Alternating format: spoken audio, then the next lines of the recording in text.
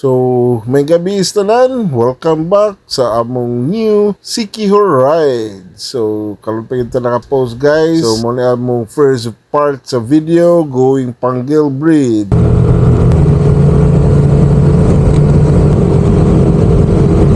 So nag-night rides gid mi karon guys kay gapas mi sa among balko pa Sikihor. So manukad mi bali sa Plaridel. Medyo solo yun na mo karon ang dalan kay medyo mingaw yun din yung dapita.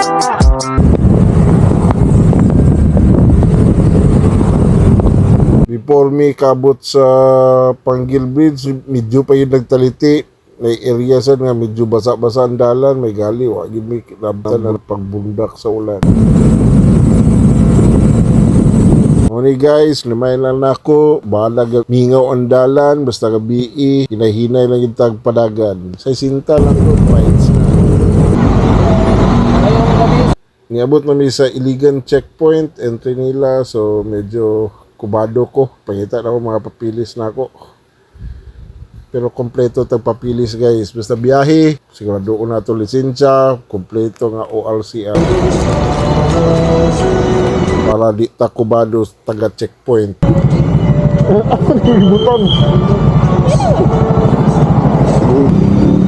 So, kung kompleto itong papilis, so toy na tayo diretso ni guys. So, from Iligan, stop over na to. Sunod guys, sa 7-Eleven bitaw guys, medyo gutom-gutom na mi ani yung panahon ni ngita mi kananan ani.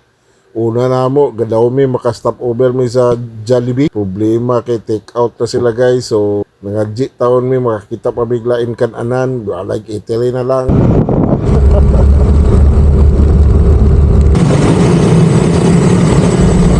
Ding gyapon kay 7-Eleven.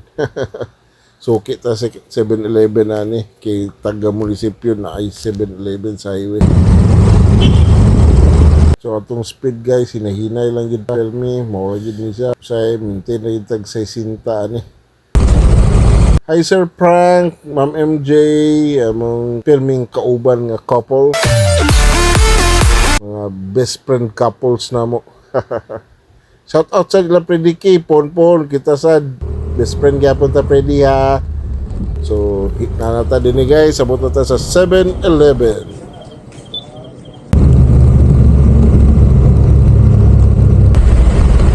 Another checkpoint na sad guys, pero wala na sila ng inspection sa tong kuan papilis.